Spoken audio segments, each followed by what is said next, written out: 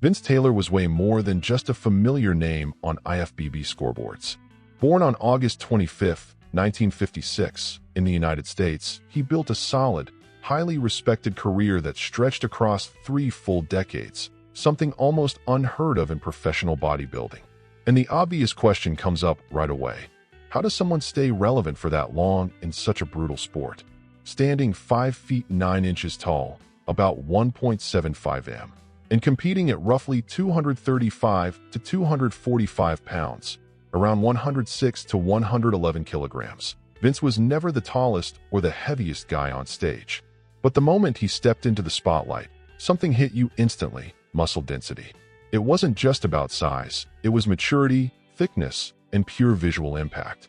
His active career ran through the 80s, 90s, and 2000s, going head-to-head with completely different generations of athletes. Vince competed against classic physiques, pushed through the transition era, and still stood his ground against the modern mass monsters. How many bodybuilders do you know who managed to do all that without fading away along the way? Even well past his youthful prime, Vince continued to bring a consistent, competitive, and respected physique to the stage. While many athletes rely on short-lived peaks, he built something different, a body that seemed to get better with time. Vince Taylor's competitive journey didn't happen overnight. Before stepping on bodybuilding stages, he spent years involved in sports like American football, building a tough, resilient physical foundation. When he made his competitive bodybuilding debut in 1983, he wasn't your typical beginner. He was already an athlete conditioned to handle heavy loads, pressure, and a demanding routine. Still, the road to the top wasn't immediate. Vince needed time to refine the ideal physique, and he didn't earn his IFBB Pro card until 1988, after a dominant comeback on stage. That moment changed everything. From there on, he stopped competing against amateurs and started facing the absolute elite of world bodybuilding. The response came fast. In 1989, at his very first Mr. Olympia, Vince shocked the bodybuilding world by taking an impressive 3rd place. For a newcomer to the pro circuit, that result wasn't just good. It was a clear warning that a new force had arrived. This wasn't luck. It was consistency. Between 1989 and 2002, Vince Taylor put together one of the most active careers the sport has ever seen. He competed in 66 professional shows and won 24 of them, going up against the best physiques of every generation.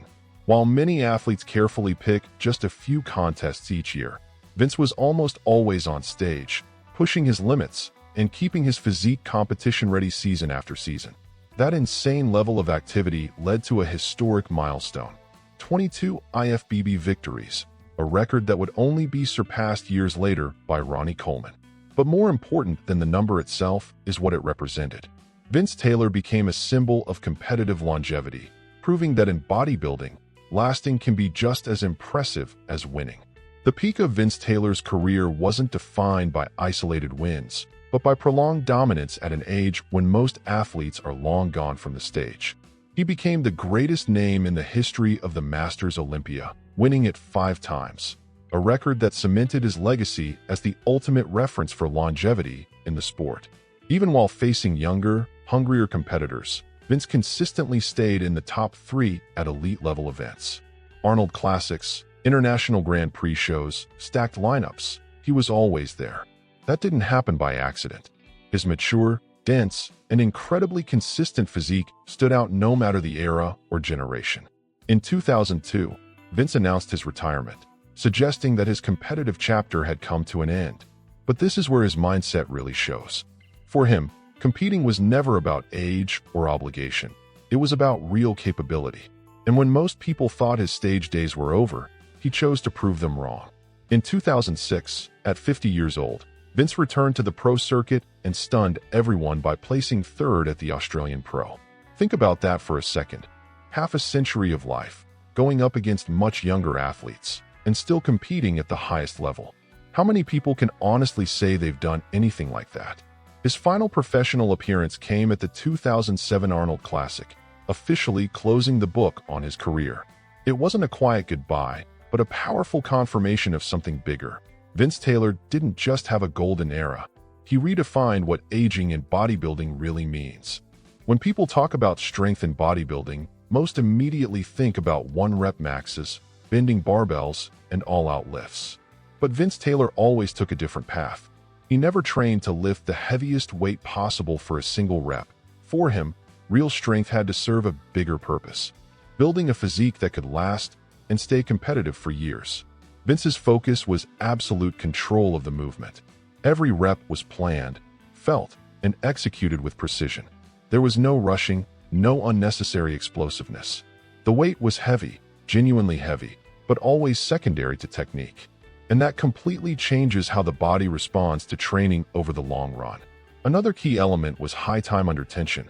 Vince believed the muscle had to work from start to finish in every rep, with no hidden rest inside the movement. Long sets, constant tension, and clean execution created a different kind of strength, less flashy, but far more effective for building real muscle density. This training style represents a quiet kind of strength. It's not ego strength, and it's not built to impress people at the gym. It's the kind of strength that lets you train hard today, tomorrow, next year, and even a decade down the line. And this is where a lot of people get surprised. When we talk about Vince, we're not dealing with theory or gym myths. We're talking about real weights, used with a clear purpose. In chest training, for example, Vince worked the flat barbell bench press with roughly 400 to 440 pounds, about 180 to 200 kilograms, always for controlled reps. No explosive pushing, no ego lifting. Every rep was slow, heavy, and fully controlled. On the incline bench press, the numbers were still insane by classic bodybuilding standards, around 350 to 400 pounds, 160 to 180 kilograms, for full working sets. The goal wasn't just moving the weight, but squeezing out maximum muscle density. That kind of execution explains why Vince's chest looked thick, full, and hard, even outside contest shape. When it came to legs, the same logic applied.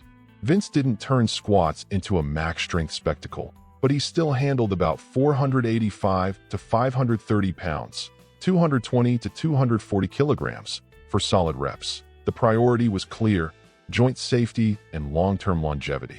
On the leg press, though, he really loaded it up, reaching 880 to 990 pounds, 400 to 450 kilograms, often for sets of 10 reps or more. That's not just strength, that's next-level heavy muscular endurance.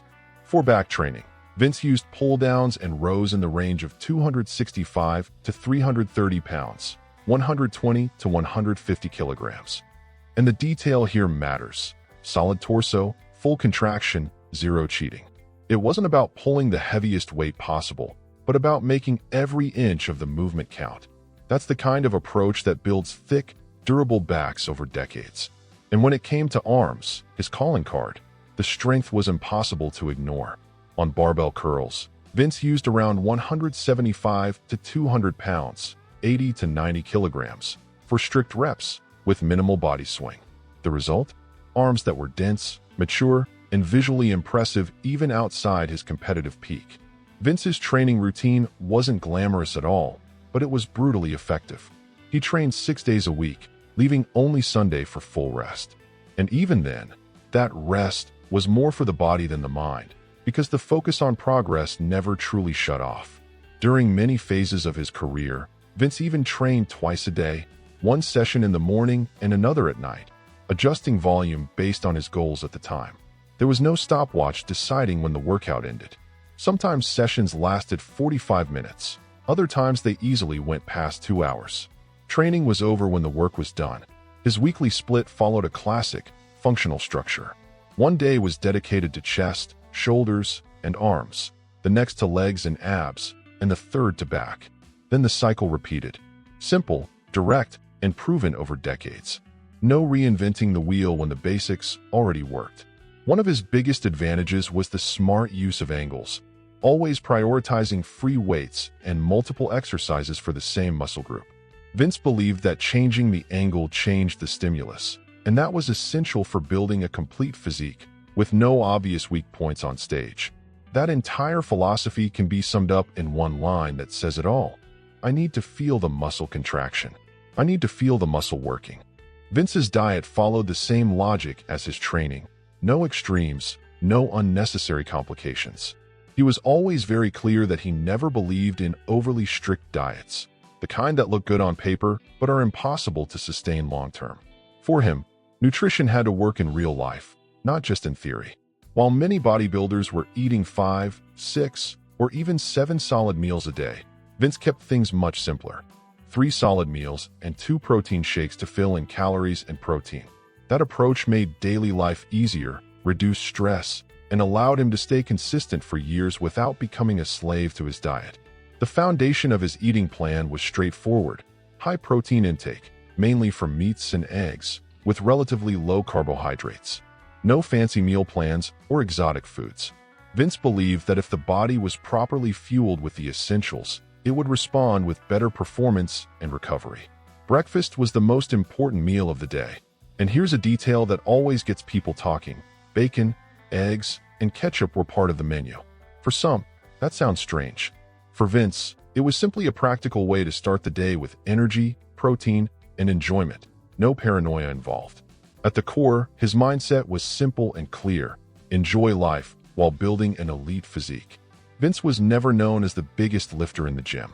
He didn't chase applause for extreme numbers, and he never felt the need to prove himself through max lifts. And maybe that's exactly why his story stands apart. While many were focused on short-term attention, Vince was thinking bigger. He never chased all-time records. He wasn't interested in breaking numbers or competing with powerlifters. His strength served a different purpose: supporting his physique, protecting his joints, and allowing steady progress. It was strength used with intention, applied intelligently, and repeated thousands of times over the years. The result of that approach is something very few athletes ever achieve. Vince proved, in real life, that well-managed strength can last a lifetime. While many athletes hit an explosive peak and then fade away, he stayed competitive for more than 2 decades, facing different generations and styles of bodybuilding. That kind of consistency didn't happen by accident. It was the result of smart choices, knowing when to push and when to pull back. Vince understood that the body isn't disposable, and that the real challenge isn't reaching the top, but staying there without destroying yourself in the process. How many athletes do you know who actually pulled that off? In the end, that's Vince Taylor's greatest legacy, a clear example of intelligent, strategic, long-lasting strength. Vince Taylor's story goes far beyond muscles, trophies, or numbers on a barbell. It's a story about choices. Choosing to train heavy without wrecking your body. Choosing to think long-term when everyone else is obsessed with right now. And choosing to stay while others burn bright and disappear. Maybe you'll never step on a professional stage. Maybe your goal is just to get a little better each week.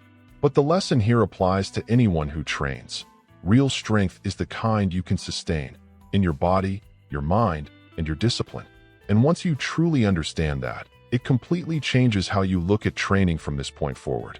If this video made you think, motivated you, or gave you a new perspective on strength and longevity in bodybuilding, hit that like button right now.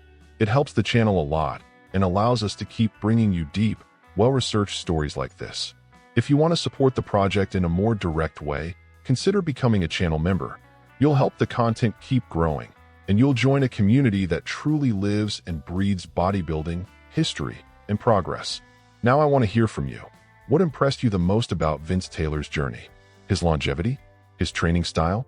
The controlled heavy weights he handled for decades? Drop your comment below. I read every single one. And of course, subscribe to the channel if you haven't already. Every week, there's a new video with stories, deep analysis, and behind-the-scenes insights into the biggest names in bodybuilding. Turn on notifications so you don't miss a thing. On the end screen, you'll see another video from the channel that connects directly with this topic. Click it and keep going on this journey with us. Because real strength doesn't end here.